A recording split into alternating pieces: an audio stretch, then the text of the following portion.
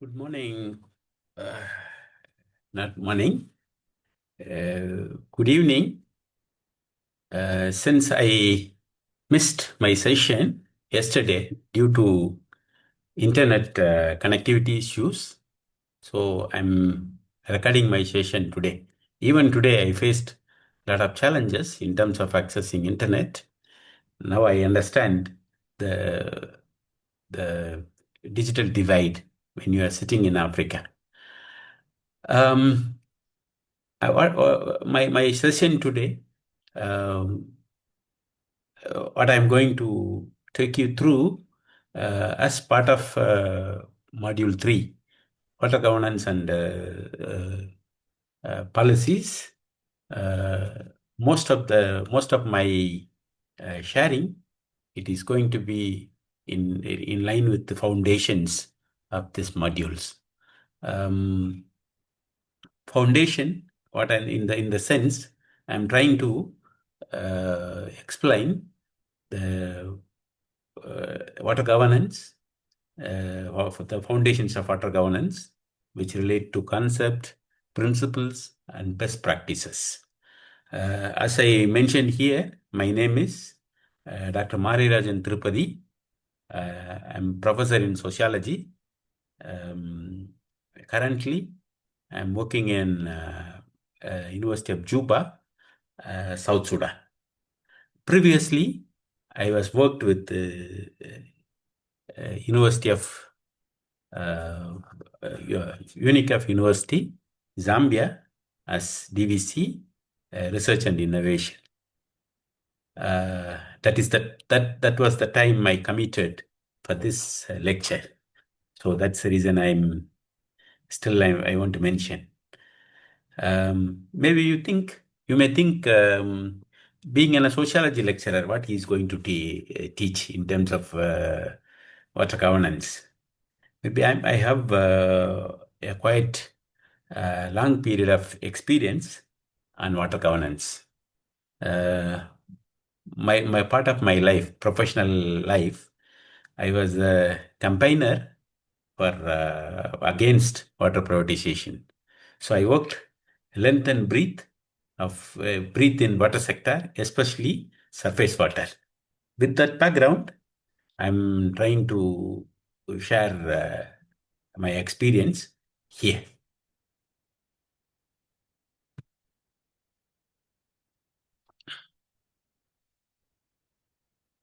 Okay. So from this session, um, I'm expecting each and every participants needs to understand what is water governance. I'll try to make you to define water governance. There are two terms. There is an water and governance. How it is going to be linked to each other. You are going to define yourself, water governance. Then within the water governance, there are aspects, quite part of governance. In other side, it's part of management. So how you are going to differentiate? I'm expecting you to understand the difference between water governance from management perspective. So you are expected to differentiate governance from management. Then I'm expecting you to explain certain principles of good water governance. So what is you need to make a judgment by explaining certain principles of good water governance. How you are going, the water must be shared, who needs get what. So these kind of things can be explained using principles. Then part of the lessons, you are going to analyze international governance model, which we are going to discuss later. So there are some models, proven models were already implemented. So I'm expecting you to analyze the model, whether the model implemented in Brazil is okay to this context or that context.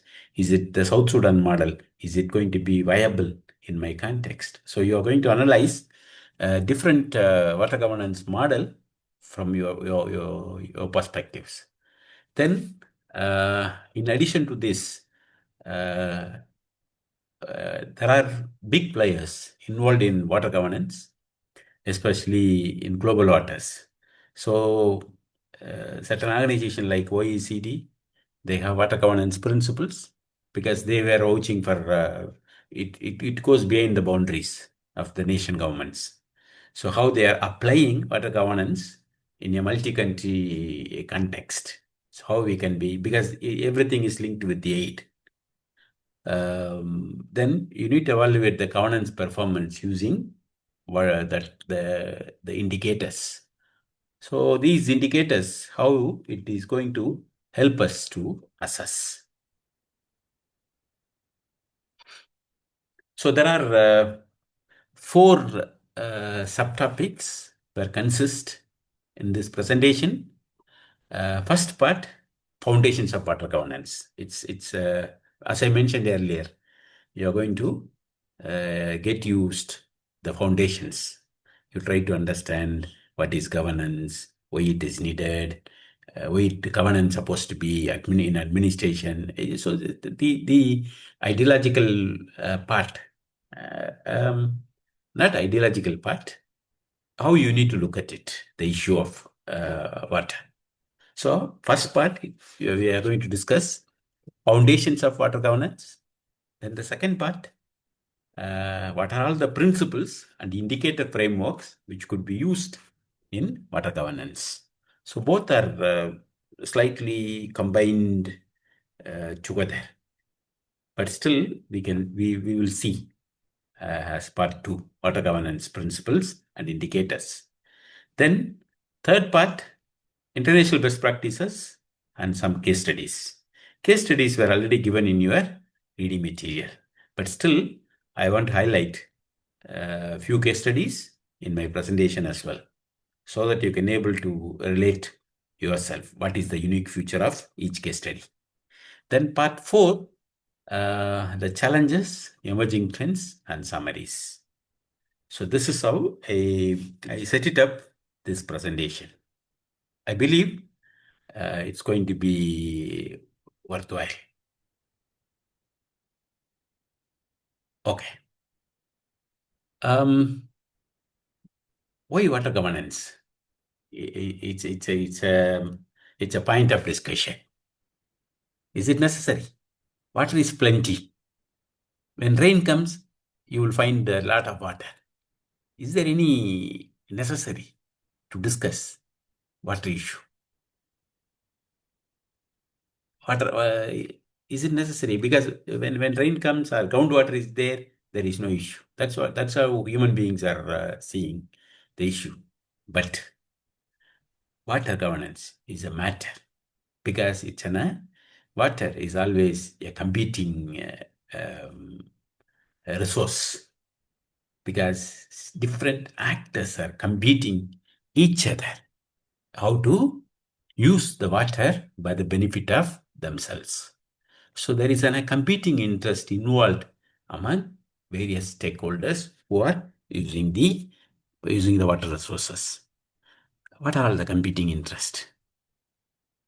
Before going to see the actors, what are all the challenges are there in terms of global water or water governance? When you're looking at the population trend, it's growing. Some 10 years ago, we were thinking, we never thought of global population is increasing above 100 million or something like that. Maybe my numbers are wrong, but the trend, when you're looking at the trend, especially post 90s, population growth, still it's a crucial issue in different part of the globe. Though several policies were implemented restricting population growth, but still it is growing. The countries like India, China, though population control introduced, but it's quite increasing trend. We are seeing it in terms of number of population. Then the phenomena like climate change for the last 10, 15 years, it's quite serious thing. It's quite serious things in terms of getting water.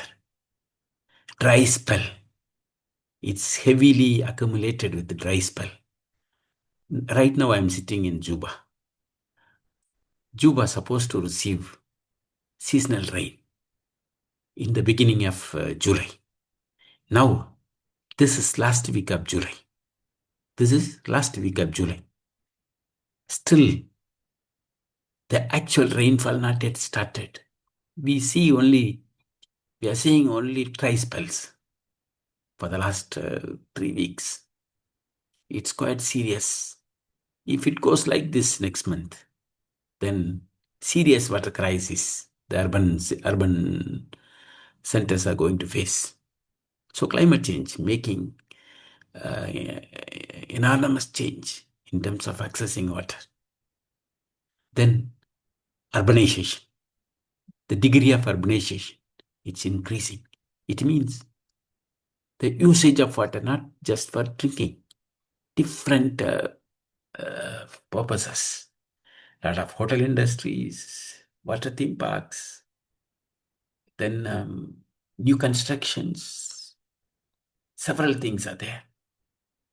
So the demand in relation to urbanization, water is making quite a serious problem.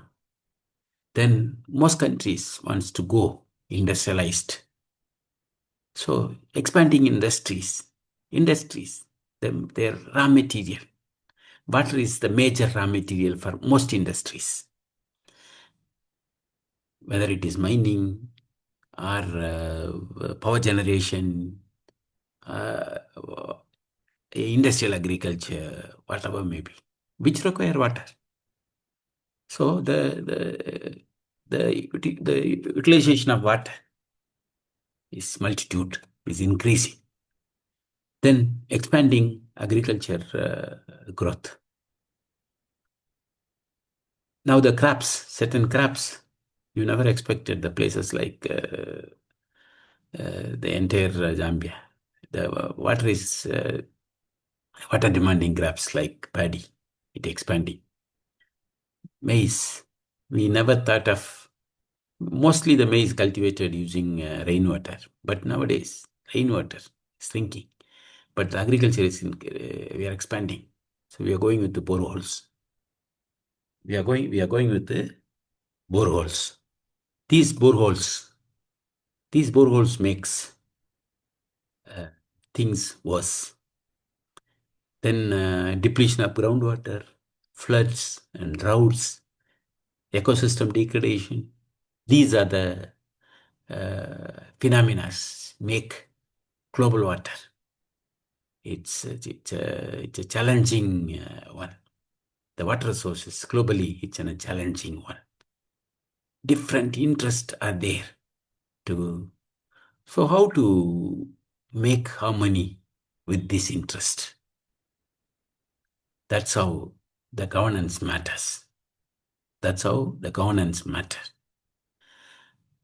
Why governance in global water? Because water needs to be allocated equitably with competing interests. So there must be an equitable allocations, sustainable management of the resources, water resources, then efficient service delivery, environmental protection, reduced corruptions in terms of sharing water, then conflict resolutions, trans-country, the inter and intra-country conflicts are there, sharing the waters, then climate resilience. So these are the matters that required a lot of governance effort. How to share the water equitably? Who gets good share? Or who gets urgent need, urgent allocations? How to manage sustainably? efficient service delivery, protecting the environment. We need a good governance to share the resource. I hope last year there was a big movement in Cape Town. Day zero crisis. The whole day there was no water in the city of Cape Town. This crisis illustrated not only water scarcity, and water scarcity is not a hydrological problem, but it also a governance challenge involving planning, communication, demand management, and institutional coordination. So that's why many civil society groups came together to showcase how important governance in terms of managing the scarce resource. It's not just a hydrological problem. It also a governance issue which involve planning, communication, demand management, institutional coordination. So highlighting that demand, Cape Town organized day zero, the whole day, complete water resource was shut down. People were made aware we are in crisis.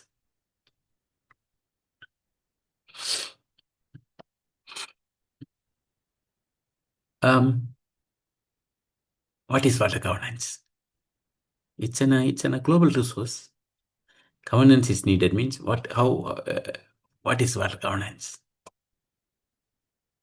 Because water governance, which refers to the political, social, and economic and administrative system that determine how water resources are developed, allotted, allocated, managed, and regulated and protected for the future generation. It's the water governance. It has multi-dimensional aspects which linked with the political,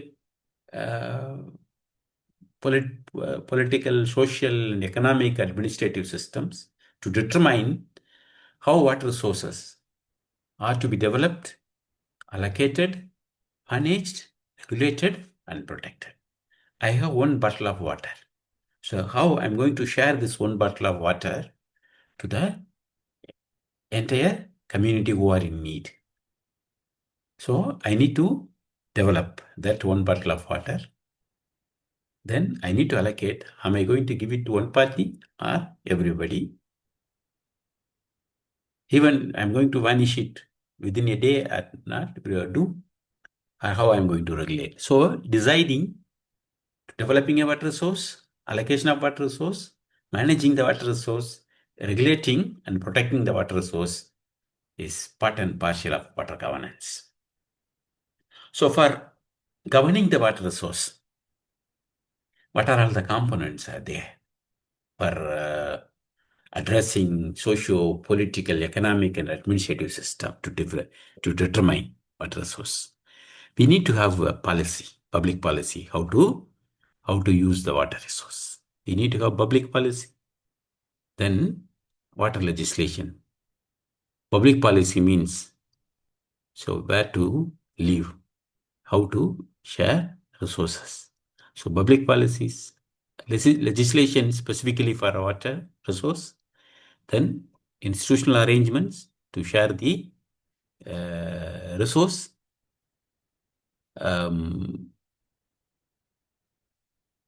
then financing mechanism, decision-making system, stakeholder participation, monitoring and accountability.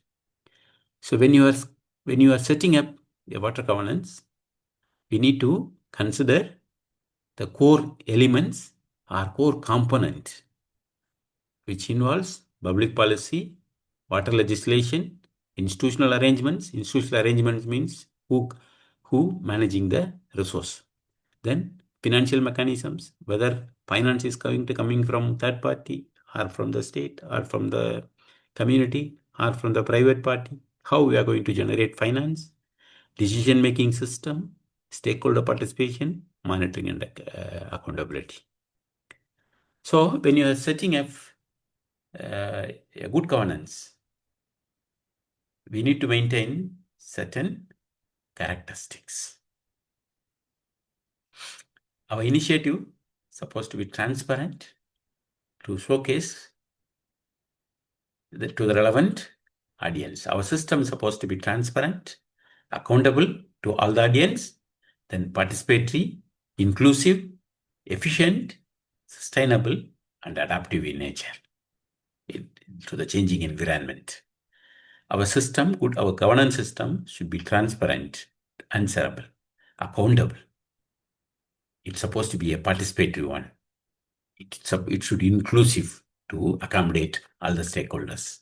Then efficient to address the issue. Then sustainable, adaptive.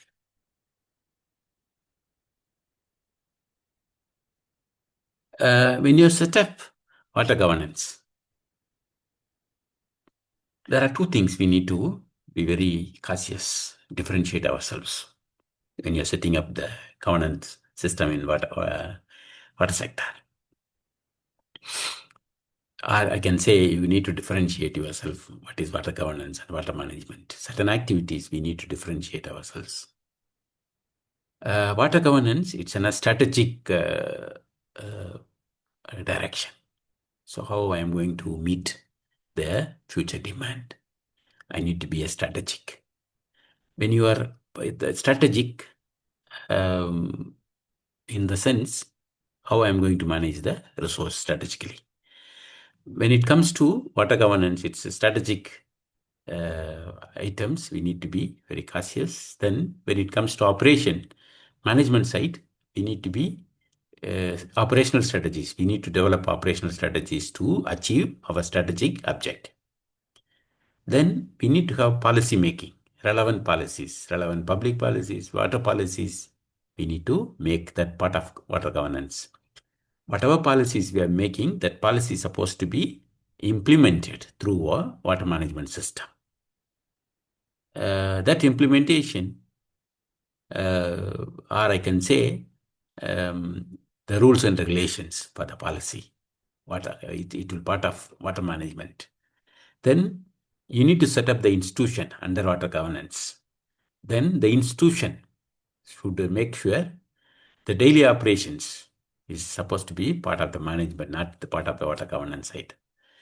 Then you need to develop a legal framework for your system, governance system. According to your legal framework, you need to establish infrastructure. Then the decision supposed to be made under water governance system, not under water management. Service delivery must be taken care based on the decision-making support from the water governance. Water governance structure should be accountable. Then water management, it's on a technical management side to implement. So governance side, it's a mechanism to take care of our governance system. Management side should take care of day-to-day affairs. The various components in water governance and stakeholders, not stakeholders, various components. When you're looking at different international framework, the water governance consisting of 5 interconnected components.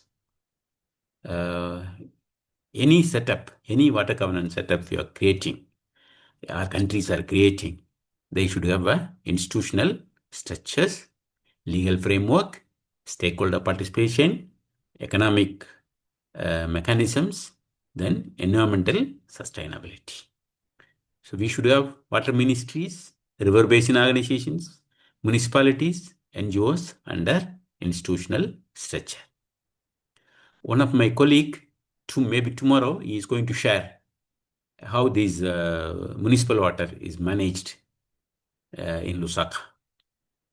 Then the legal framework, whatever institution you are creating, it's supposed to be supported by legal framework like water acts, regulations, international treaties needed.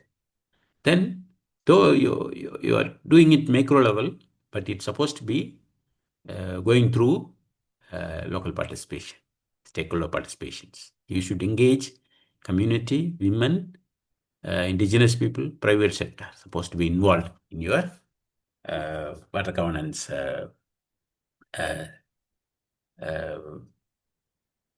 components.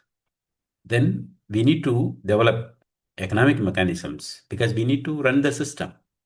So we need to pricing the water. Is it going to be for all the community or only for few community?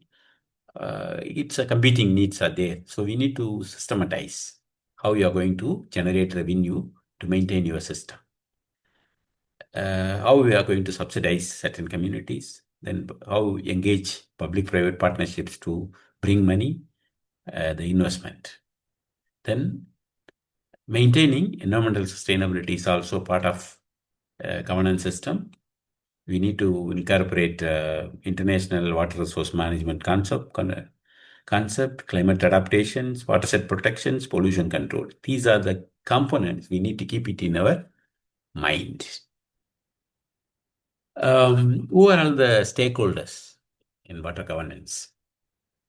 Stakeholder, whoever using water resource, they are the stakeholders. The stakeholder may public sector, private sector, civil society, academia, communities.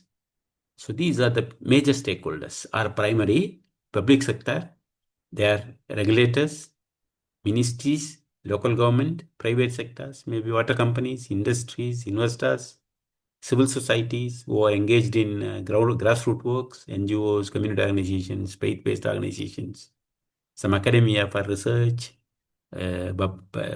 awareness raising, then communities who are using water, farmers, indigenous group, women, youth, and consumers. Do they all needed to participate in this process? Why it is necessary? Why participation is matter?